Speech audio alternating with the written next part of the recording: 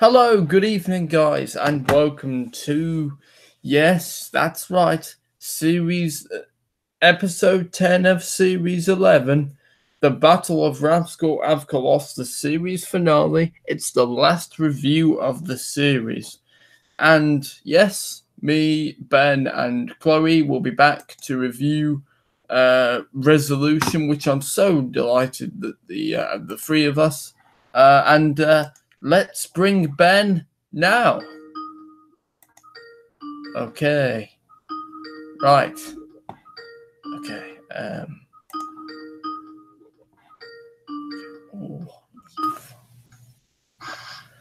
Mr. Moss, hello.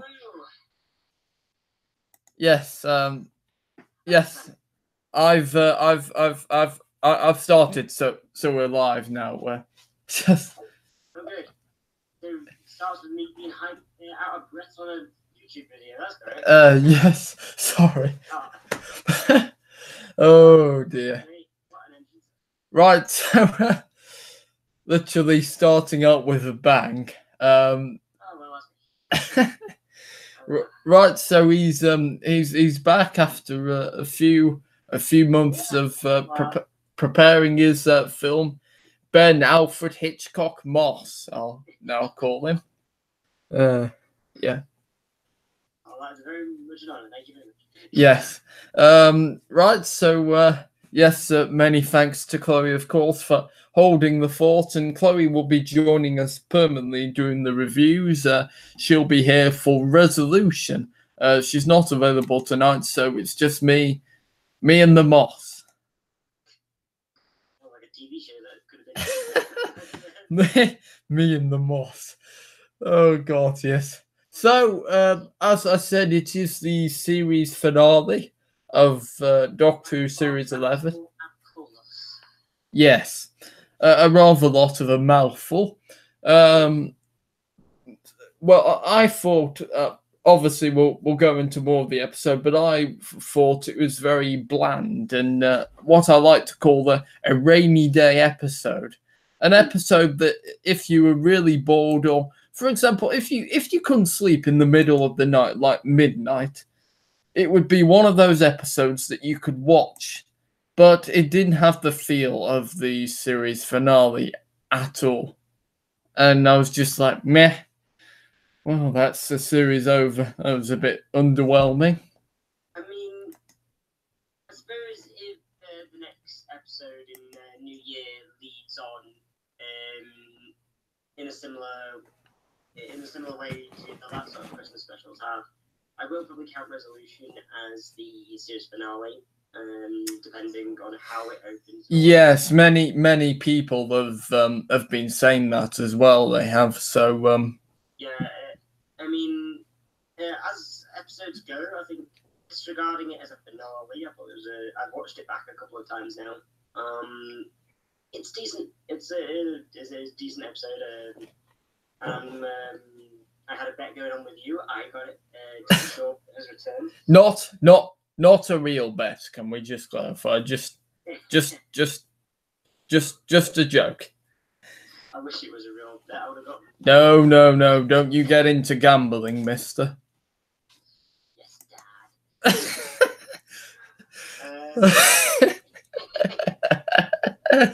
Oh dear. Yeah, I quite liked it, and I think apart from a real rushed ending, and I think some plot points that should have happened, which we'll get into later. But yeah, decent. Give it about 6 out of 10. Yeah, I would give it 4 out of 10. So at least I'm being kinder to it more than it takes you away, which I absolutely hammered down. I did not give it any kind words. There was not even one little speck of positivity for that episode. It takes you away was not the best. Shoot me with a tranquilizer dart and. Yeah, I mean, it's debatable whether it was the worst. It's definitely in my bottom 5 of worst Doctor Who episodes ever. Yes. and I was watching the end of time, and I was thinking because I thought it was interesting. Like some people probably won't be able to recognize that Series 11 is the same as David Tennant and Christopher Eccleston and Matt Smith and so on. I when I was watching those two parts of that episode, I was thinking, I can't recognize that this is the same show, especially with it so being low down on no references. It's rather weird. So it is always a two-way gamble with that sort of thing, because certain people will like that it doesn't have anything to do with previous seasons. Series, mate. Previous series, some people will like that. Myself, I depends on the week. Unless you've changed your citizenship to America that I've not known about. I'm so used to watching American shows, that's what the real problem is. Yeah, I mean, I go up and down, but I mean, I think the series as a whole is a departure, and I think it depends on who you are, whether that's a good thing or a bad thing, really. But I try and not think about it. It's a bit like when I watch Eccleston and Tennant's era, and then I watch Matt Smith and Capaldi's era. I do try and think of them as eras, so I try and think of them as, in a way, kind of separate. Yes. So I think in that way, I think it doesn't bother me nearly as much as it does most people, and I know some people who loathe the series. Yes. So. Yes, I don't loathe the series, but I do loathe It Takes You Away.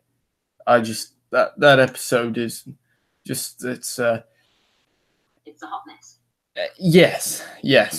To put it in kind of words, because I don't have any kind words for that episode at all. I have a lot of filthy language for that episode, so that's just how much I despise it. Yes, I know. Although it is until 10, so the watershed, I suppose. But anyway, yes, right. So anyway, enough from the past, and on to the Battle of Ranskoor and Kolos. God, why? Whoever thought of that as a name?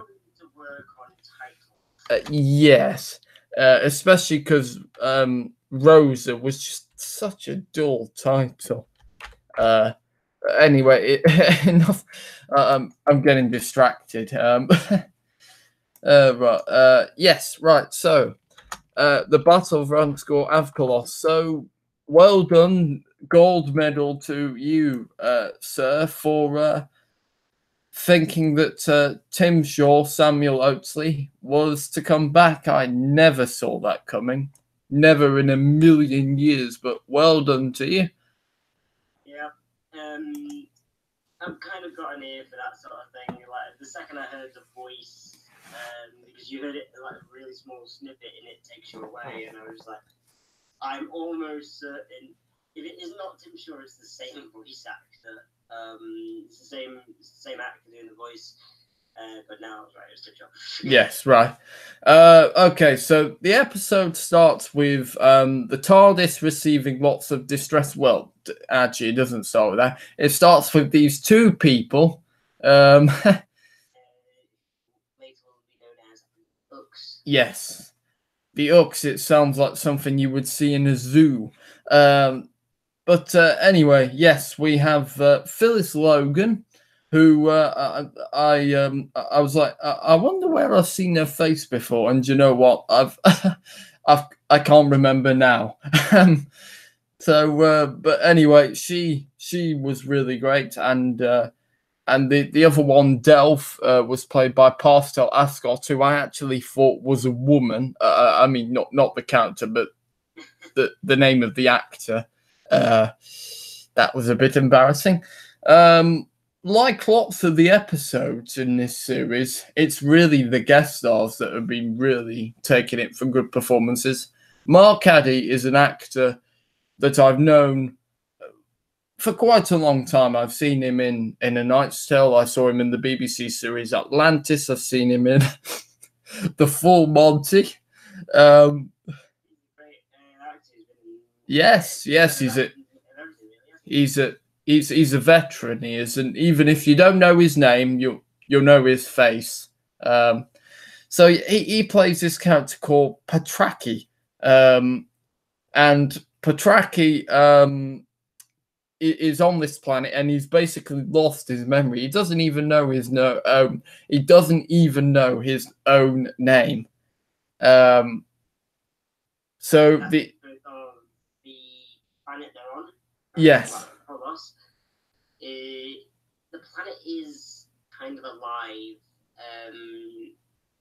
so it can mentally mess with your head if you don't have protection on from the planet's core. So I suppose it's kind of similar to House. Oh yes, Michael Sheen. What a great actor he is as well. All right, yes. So where were we? Yes. So the Ux. I'm going backwards and forwards here, a bit like Doctor Who. Right. Oh dear.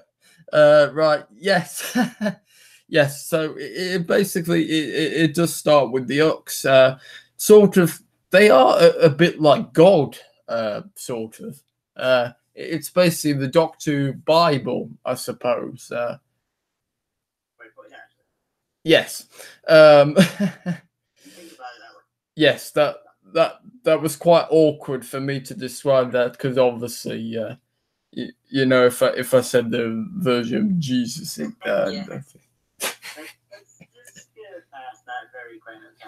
yes. Right. So yes, it starts with the Ux, and then the Doctor and Team TARDIS. I despise that name. It's horrible. It's mushy. It is disgusting. I want that term burned to do. Anyway, so right. Yes. So the Doctor and her friends receive I think 10 distress calls, and they arrive, and then they meet Patraki, played by Mark Addy, and yeah, that's that. The episode starts as if a really intriguing episode. It does. I suppose, like, I'm just going to go with a bit of technical knowledge. I suppose, like, if any of you sort of follows any filmmaking things, I suppose the only problem I have with it is continuity. We'll get onto it in a minute, but there's like this crystal with a spinning ball in it. Yes. In parts of the narrative. That kind of just appears out of nowhere, even though we've seen them search around the ship. How they did not miss that, or how the camera did not show that, is kind of ridiculous. Yeah, it's because it kind of appears out of nowhere, and it's just really, that was kind of poor directing, really. Yes, and it was directed by Jamie Childs, who has directed quite a few episodes of this series, including The Woman Who Fell to Earth. So there's Patraki, there's the Ux, and then pretty much there's just one random woman who I can't even remember her name is, but I don't remember her being that important. Yeah, it was a bit low on cast, I felt. There was I like it to have a good guest cast, like Midnight, for example, which has a number of great performances. A title like The Battle of. Yes. You're expecting a battle, so you're thinking, oh god, how many guest stars are we going to get in? How many things? It's going to be a war. But I should have known. No, it was never going to be that.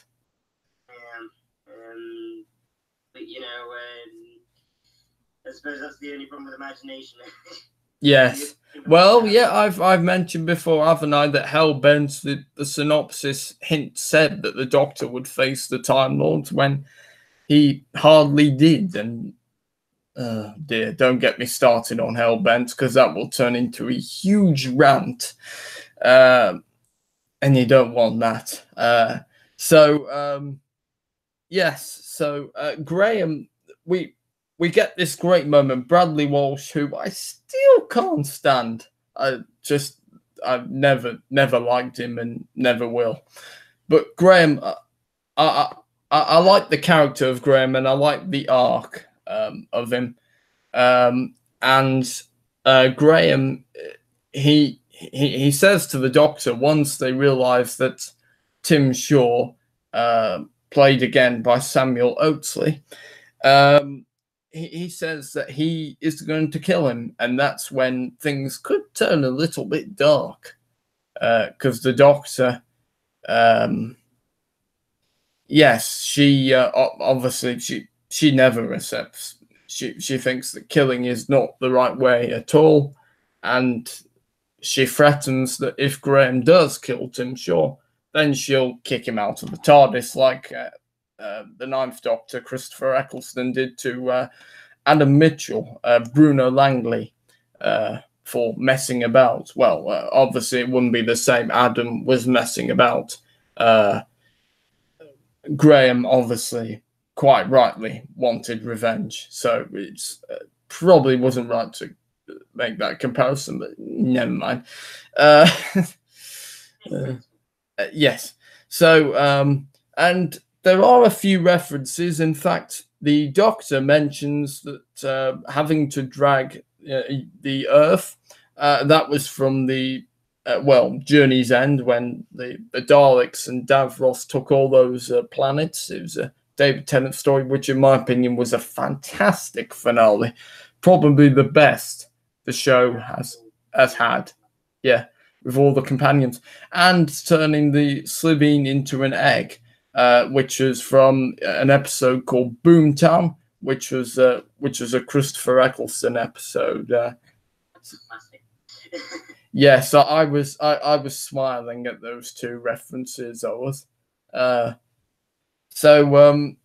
Yes, at least this episode they have had references, because otherwise it would have it would have been quite low key. I mean, this episode was low key, really low key anyway. But yeah. One thing I would have liked, I would have liked Graham to actually kill Tim Shaw, really, because I would have liked to see him facing the Doctor, and I would have liked it to go quite dark, you know. I mean, we've not seen it go. I mean, a lot of people say Capaldi's era is quite dark, but I don't think we've seen it go truly to a dark place since, like, David Tennant in Waters of Mars. Oh yes, that time when he mentions about the Time Lords and about the laws of time, and he realizes that he has the laws of time, because of course he thinks that the Time Lords are gone.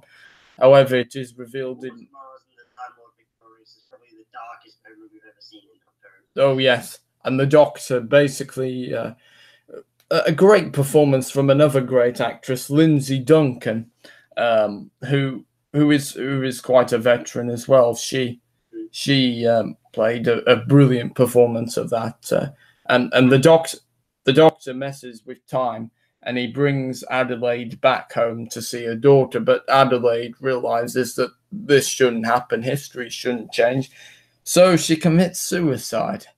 Yes, that's quite a somber note for a Doctor episode, and if that just isn't enough, then Ood comes back to tell the Doctor that his song is ending. So yeah, that's quite a somber episode, that is. Yeah, I suppose I do agree that it would have been interesting to see how the Doctor and companion relationship would work, because obviously then Ryan would be torn between being with Graham or yes, the Doctor. But I think, I don't know, I think I think what I would have liked to see the most, and it pains me to say it because I know it's not your opinion, but for me, Bradley Walsh was the best part of Series 11. I loved Graham. I thought he was the strongest. I like the character, but just I've never liked Bradley Walsh. He's like Stephen Mulhern. Do you know who he is? Yeah. Yeah, I don't like him either. Must be because they both work for ITV, probably. Don't like Anton Deck either. Sorry, anyway, back to the subject. Yeah, I feel with the narrative they were telling, and I felt with the characters they were introducing, I felt it would have been better if Tim Shaw killed Graham. No, I think Graham should have killed Tim Shaw, I think. What if they killed each other, like he kills Tim Shaw and then he kills Graham then? Yeah, like I thought with, I mean, they could both go together, yeah, like he sacrifices himself to destroy Tim Shaw. Yes, a bit like, sorry, probably the third Once Upon a Time reference, but Rumpelstiltskin, his father is Peter Pan, and he fuses his shadow with Pan and stabs him with the dagger, and they both disappear, basically. I don't know if you've seen that, have you? I still need to see it. It's on the list of like 20 shows. Yes, he'd be good for Doctor Who, wouldn't he, Robert Carlyle? He's a I think he's very good for Doctor Who. Yeah. Have you seen him in any other stuff, Robert Carlyle? Yeah, I've seen him in a few stuff, which I can't think of anything off my head, but I know I have seen him in many things before. Yeah. Make me look like that, so I'm going to move on very quickly. Yes. Sorry. Off subject quite a lot. The whole series started with Ryan. Yes. So Ryan being very long. Yeah. Then it introduced his grandparents very quickly after. Yeah. We lost, and we saw that Graham, in a very different way, was lost too. And how, I know in the series we've seen Graham and Ryan grow together, and Ryan as a whole has become a stronger character. Yes. Now, if you look at narrative arcs, that means that Ryan now needs that push to become the stronger person. And I felt with Graham staying alive by the end of this episode, it kind of negates his growth, because he can't have that push until either Graham leaves the TARDIS. So maybe, yes, he killed Tim Shaw. Or, if he didn't kill Tim Shaw, he should have died, because Ryan now needs that space to grow. Well, look who's gone darker. You're like, he should die. I don't know. It pains me to say it, but I think that's what really needed to happen in the series. I think Graham needed to die. The darker side of Ben Moss. There you go, people. Yeah. There you go, and now you're seeing another side of me. Oh God. Right. Yes. So yeah, I would have liked to see Graham die, because I can't stand Bradley Walsh, so it'd be nice for me to be relieved of him. He's just one of those people I just do not like. I don't know why. I mean, we all have those actors, to be honest. Oh yeah, yes. Like, I can't stand Liza Minnelli, but she doesn't really do movies anymore, so... I mean, I can't stand Ricky Gervais. Yes, I can't stand him either. Yeah. So, there you go. We all have those actors who we just don't like at all. And Greg Davis, he's not really an actor, but can't stand him. My sister watches this show called Taskmaster. Oh, I like Alex Horne. Have you ever seen Taskmaster? I've seen bits and pieces of it, not really watched a full episode. Okay, I like, or in his words, little Alex Horne. I like, I like Alex Horne, but can't stand Greg Davis. No, couldn't stand him in the Husbands of River Song either. Just hate him. Don't mind his stand-up. Don't really like him in anything else, but stand-up he's alright. I wish he'd just sit down and be quiet. Oh, goodness me. Oh, and here comes the bad jokes again. Right. So, yes, and it's really interesting. The Ux can basically control everything in thoughts, so they could solve Brexit by, but sorry, they could. More than 2 Ux. Well, all these politicians can't really seem to think, can they? Not at all. Oh, now we're getting topical. Yes, sorry. Anyway, so just imagine Theresa May and Corbyn, their eyes glowing, and they're just thinking, and then YouTube video is now banned in several territories.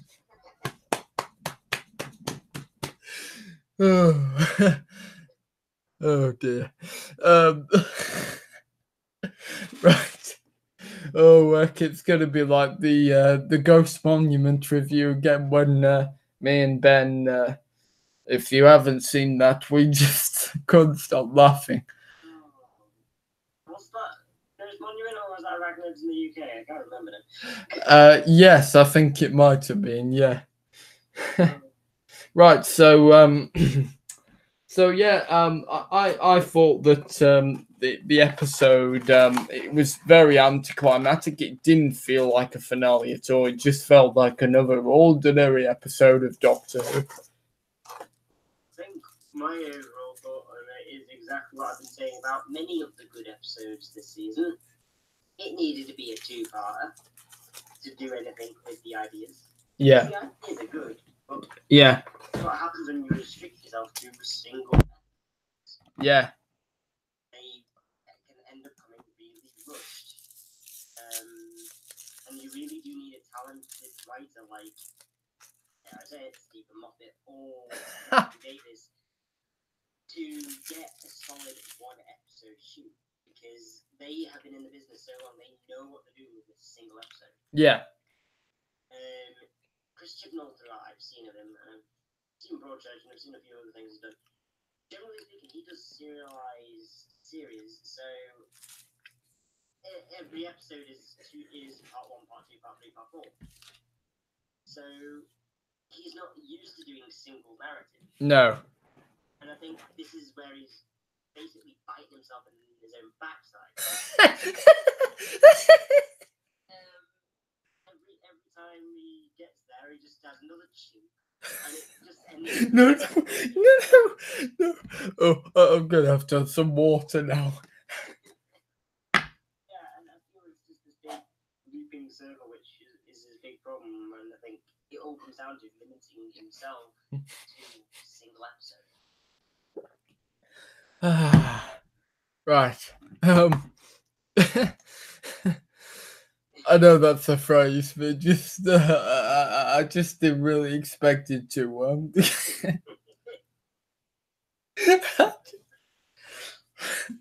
Right. So yeah, and the episode ends with Tim Shaw being locked up in the ice cube thing. No sense. Yeah. But the problem is, and you pointed it out because I didn't think of this, because he has ice. He has ice on him. He can easily break out again. Yeah, in the Woman Who Fell to Earth, there's a line where he distinctly says, "One touch of my cold skin can kill a human." So if he can live in ice, which can live in freezing temperatures, then the cryo chamber, he's just going to be nice and warm. He's going to be having a nice chill out some time, like he's in the Bahamas. Not going to do him much good. I suppose he's on life support, but Yeah. I wonder how he would do in heat. Do you think he'd die in heat? Do you think? I'd laugh if he melted. I'm melting. Oh dear. Yeah, I don't know. I think he'd struggle with heat, which would be an interesting episode idea. Put Tim Shaw in a desert. Yeah, to have him go to the Copacabana. Yeah. You might want to write that one. That is an actual place, by the way. I didn't just say that because of the song, obviously. Now you tell me. Why did you think it was a reference to the song? Did you? Oh dear. Yeah. Yeah. Although the last lines we got of the episode was pretty neat. Yes, I can't remember what it was because this episode wasn't very memorable. I'm sorry for me. So. I knew I was reviewing this possibly this week, so I watched it on Sunday. Yes. I've got more of an idea than I had. So basically, the Uks decide to travel the universe with Altraki. Yes. And they choose to renew their faith to explore the galaxy. Yes. Right. Excuse me. I'm going to be back in a moment because I just need to go you know where. So can you continue on, please? Oh, so you radio Benningham. Well, it'd be better than smooth. I mean, I don't know why they even employ DJs. They don't speak half the time. Might as well go home. Anyway, I'm not going to rant about smooth.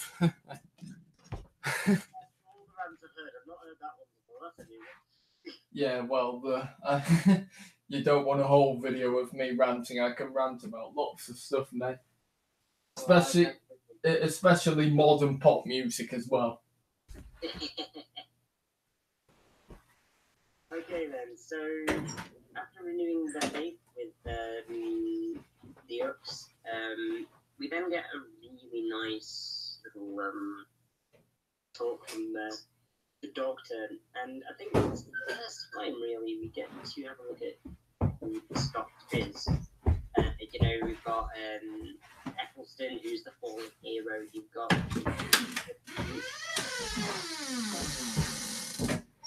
Dave Tennant, who's the last of his kind. A madman with a box. You've got Oldie, who's the aging rock star. So this one we finally get the idea of who this Doctor is, which is the Doctor for the love of adventure. And that's mainly what she is. She's all for the love of traveling the universe and the excitement of the adventure. I think that's a really nice place to put this Doctor. And I think it works very much for Jodie Whittaker when she's given moments to show that. And I like her final line she says in the episode, which is that all of the dark things, it's always a good thing to travel the universe because the universe might just surprise you. And I think that's a very doctory thing to say as well. I think that was like one of her best lines she said in the whole season, to be honest. Series, should I say? Yeah. Like I said, the episode as a whole was decent for me. About 6 out of 10, just above average. I think there's a lot more that could be done with it. Another part, definitely making it 2 parts would definitely help. Short revealed at the end.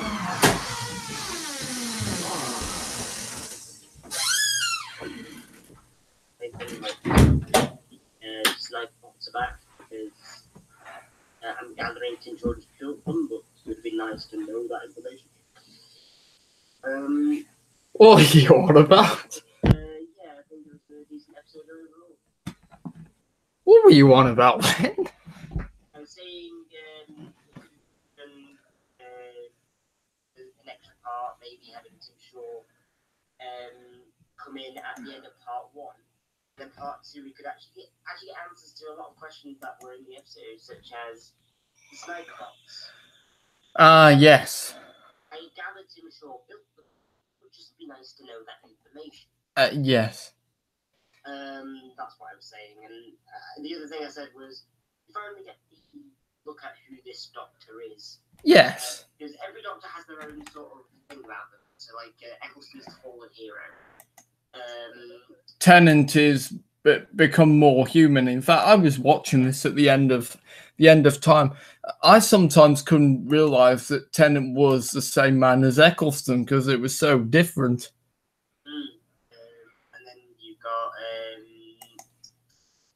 you've got Matt Smith, the man in the box. Yes. Who is the aging rock star? well, later on it was. Yeah. And then we've got this Doctor, Jodie Whittaker. And I was just saying her final line about saying why she travels the universe, because the universe might just surprise you. I felt that the way we didn't actually interact with this Doctor is this is the Doctor for the love of adventure. That's what she is. That's this Doctor's overall thing. She's for the love of adventure. Yes. And the love of adventuring time and space and having fun there. And I think that really suits Jodie Whittaker. And that will really tell us what her regeneration will be like. I mean, I like Jodie, definitely. I don't want her to go, but I must admit I've been imagining a regeneration already. I mean, I think one thing I'd like to see in a regeneration, yet again, no hurry to get rid of her, but like, since this is trying to go for very much a classic Doctor Who feel, I think what I would quite like to see is a bit like a regeneration episode from the classic era, because a lot of the classic era regenerations, if you watch them back, they were quite low key, weren't they? Yeah, the episodes where the Doctor regenerated was just a normal adventure, just the Doctor didn't make it out. Yes. And I think it would be nice to see something like that, like an episode where the Doctor regenerated, but it was just a normal adventure. They just did not get out in time. Yeah. It would be quite unique to see that in modern day Who, because I think they've done it quite a lot of times now where the regeneration is a big episode. Yes. I think making it quite low-key would be quite an interesting change. Yeah. Well, the parting of the ways, I suppose, and it's not really like, the end of time. It's nowhere near like that, is it? Still $500,000. Yes. I didn't mean in size, but I meant that there wasn't any prophecy or anything like that. I mean, then say prophecy, you could say Babel. Well, yeah. Yes. Okay. You win. All right. Yes. Yeah.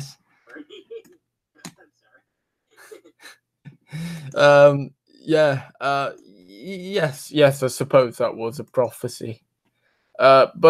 But it wasn't like in the same way that he will knock 4 times. Yeah.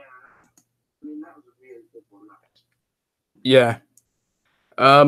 So now we're going to talk about the series as a whole. What have you thought of it? Has it been a good first kick of the ball from Jodie? And oh dear, that sounds quite awkward. Yeah, I mean, at some point it did feel like a kick in the balls. Not gonna lie.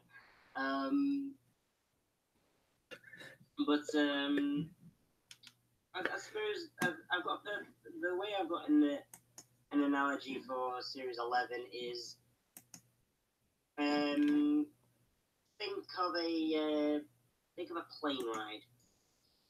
So the woman who fell to Earth, right? Yeah. Just taking off, and you're soaring pretty high. You go into the Ghost Monument, and you level out. You're not going any higher, but you're leveling out. Yeah. From that point on, it kind of dips. And then after episode 4, it kind of goes into free fall, and you start nosediving towards the ground. And then just before you hit the ground, you get episode 10, and then you just pull up and just manage to land. Yeah. Before everyone dies.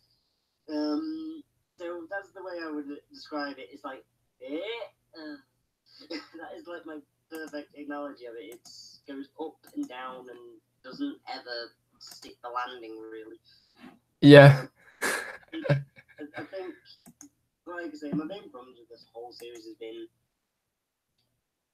that the writers, none of the writers really knew or know how to control a one-part episode. I think, like, after watching everything back, because I've watched every episode more or less now twice. Yeah.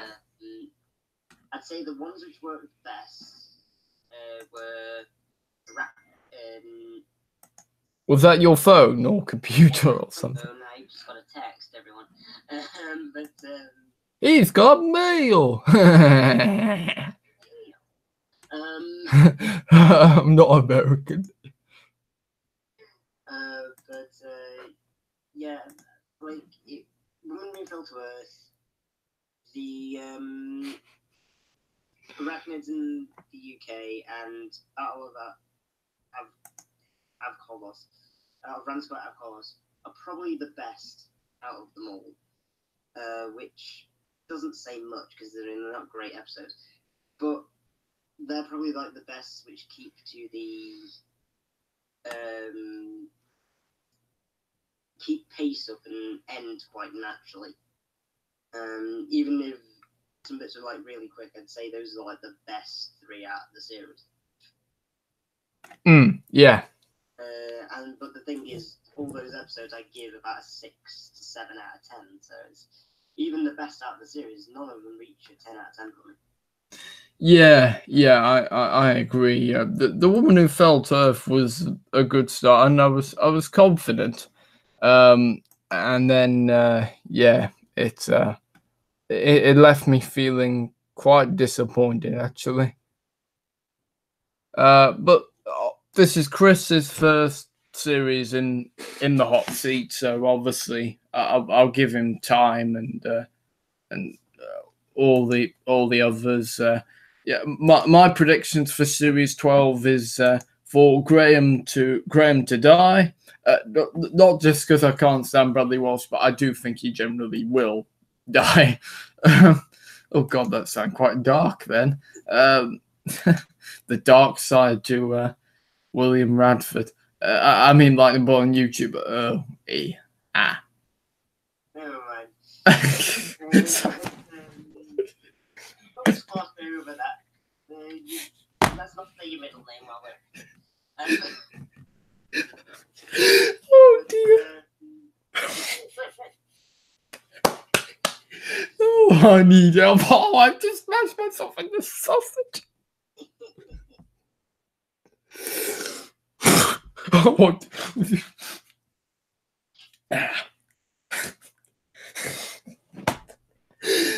You've done, you old fool. Will has a bit of a mental breakdown of this.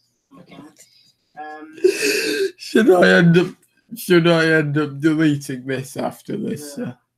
What do you think? Do you think it'll be all right, mate? Well, it's streaming now, so anyone who's watching is. So I'll leave you once the stream ends. Yeah, but do you think because I accidentally said my name, will it be okay? Will it be okay? Pardon? You put my first name and surname in the title, haven't you? Well, yeah, but yes, but you're the guest. That's what your YouTube channel is called. I think it's fine, mate. Don't worry about it. Oh, okay. Right. Yes.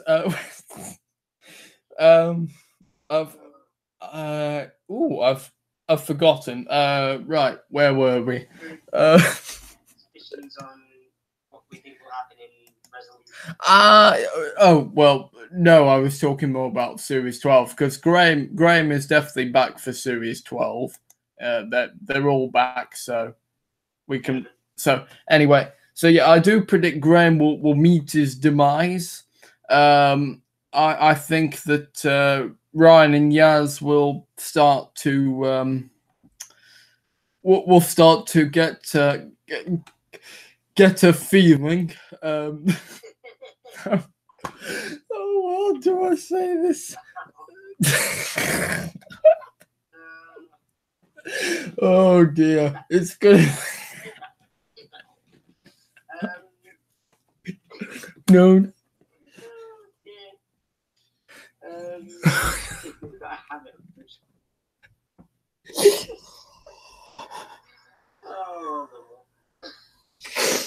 Oh dear. But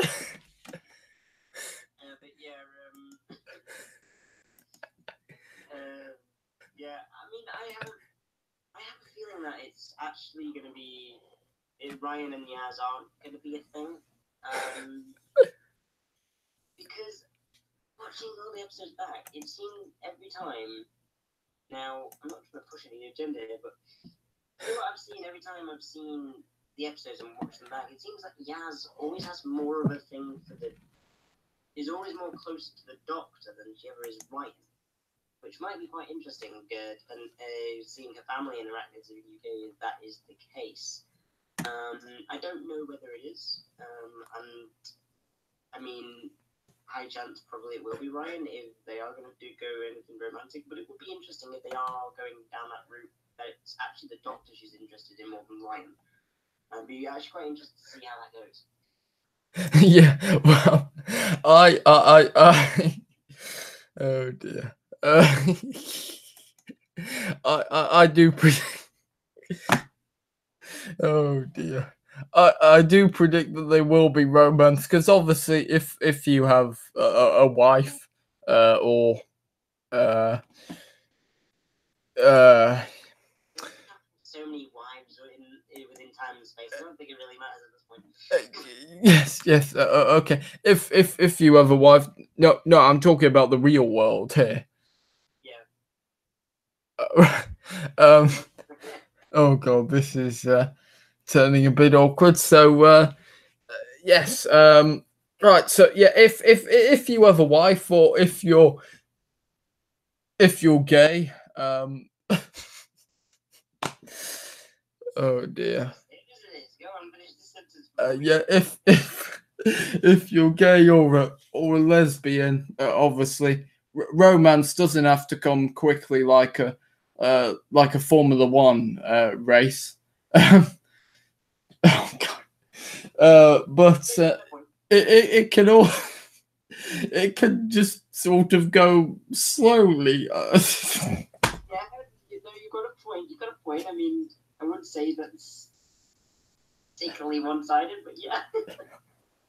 You've got a point. You've definitely got a point. I'm not going to deny that.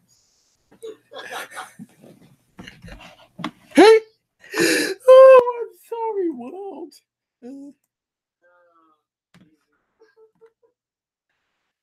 Oh dear. Oh. But yeah, I think it's definitely interesting how definitely with all the characters and where they're going to end up. It doesn't matter romantically or anything else. Just in general, it isn't just now all the writers are keeping their cards really close to their chest in where they're going to go next. Because I mean that is the one thing I will give this series, for better or for worse. Every episode, I have no idea where it's going next. I don't even know what to expect really for resolution, and I think that's the one real good thing about this series, because they're really good at basically not. You don't know what to expect. So every week you are sort of already intrigued, going, oh, what is it this week? But so and other series of Doctor Who have had that too. But I felt actually this series, that was the main thing it did the best. Actually. Yes. Yeah. Series have that. Yeah. Right. So yes.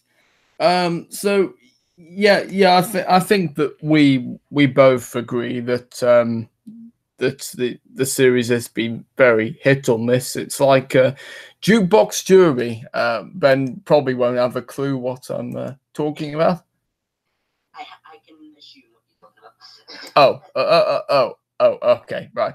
It was a very, very old BBC show when they would have a panel and they would decide whether the record was hit or a miss. Yeah. Sorry, just name dropping old TV shows before even with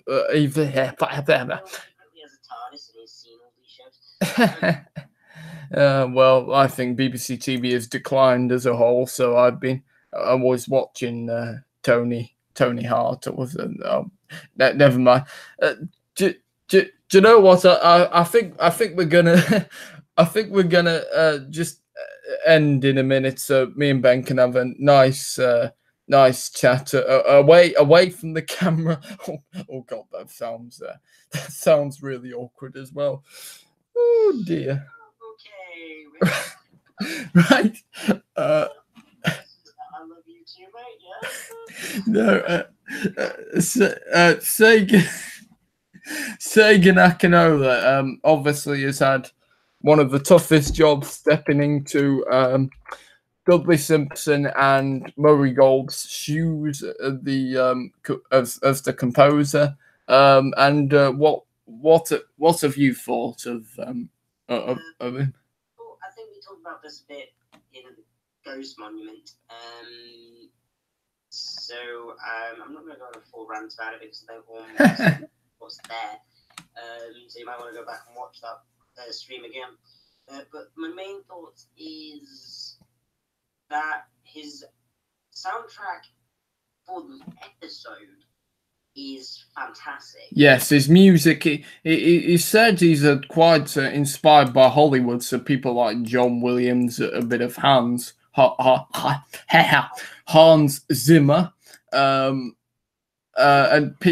people like that, and a bit of Jerry Goldsmith as well. So, however, I do have one big issue with his soundtrack, which is, although, like I said, for the episode, it's beautiful, but I listened to a few tracks sort of on their own, and they, from something like Murray Gold, you had so many awesome just tracks which you would buy and you could play on a playlist. The only thing I'm going to buy from Sagan Akinola's new album is going to be the theme and... Oh yeah, it's good with all those drums, it is. Yeah, the new series theme and the 13th Doctor theme. But I'm not going to listen to it over and over again either.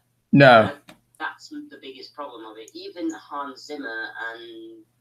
Jerry Goldsmith and John Williams and all those people. Even they have... Like, I got one of the Star Wars tracks, and I can pick out one of those songs, and they're brilliant. Yeah, well, John Williams is amazing, isn't he? I think he's yes, and I've always been a fan of Randy Newman, obviously. So yeah, I think that's the soundtrack's biggest problem is I don't want to go back and listen to a track straight away, and I think that for people like me who love soundtracks for series and stuff like that, I think that's a big take back from it. Really. Yeah. Right, so yeah, I think we'll finish it there. And oh dear, this has not gone to plan. Oh well. Right, so yes. So me, Ben, and we'll be joined by Chloe. We'll be back on provisional date, January the 3rd. Of course, it could change because who knows. But yeah, we'll be reviewing Resolution. And that should be great. I'm really looking forward to the three of us, joining forces. Oh God. I just made myself cringe then. Anyway, right. Anyway, in the words of the two Ronnies, it's good night from him, and it's good night from him. Good night. Good night, and Merry Christmas to you all. Yes. TTFN, ta-ta for now.